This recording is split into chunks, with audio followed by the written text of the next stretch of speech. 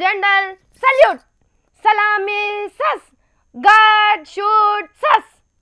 ఏందో అట్లా చూస్తున్నారు? హోరాహోరి పోరాటంలో వీరమరణం పొందిన జవానుకో పోలీస్కో సెల్యూట్ కొట్టినట్టే చేస్తున్నది ఏంది పిల్ల అని అనుకుంటున్నారా?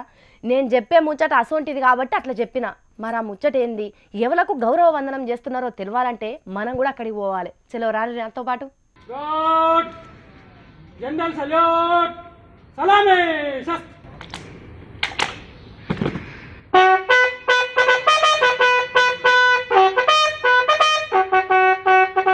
చూస్తున్నారా పోలీసులు ఎవ్వలకు శ్రద్ధాంజలి చేస్తున్నారో? పోలీసులతోని పోలీసుల కంటే ఎక్కువ డ్యూటీ చేసిన కుక్కకు దాన సంస్కారాలు చేస్తున్నారు. తుపాకులు ఎక్కుబెట్టి గాలిలకు తూటాలు పేల్చి వీరమరణం పొందిన పోలీసుకు చేసినట్టే ఘనంగా శ్రద్ధాంజలి చేసిర్రు. మరి ఇంతగానం ఎందుకు చేస్తున్నారు అంటే, కరీంనగర్ జిల్లా రామగుండంలా జాగిలంగా డ్యూటీ చేసిన ఈ కుక్క 9 ఏళ్లు దొంగతనాలను దోపిడీలను పట్టించుట్ల పోలీసులకు అంతుజిక్కని కేసులను మస్తుగా అల్కగా పట్టించేదాట.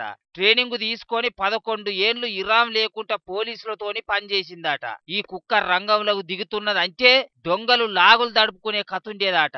వాసన చూసి వాడు ఎంతటి గజ దొంగనైనా పసిగట్టేదాట. చిక్కుముడి రాని ఎన్నో కేసులను ఇది ఇప్పిందాట.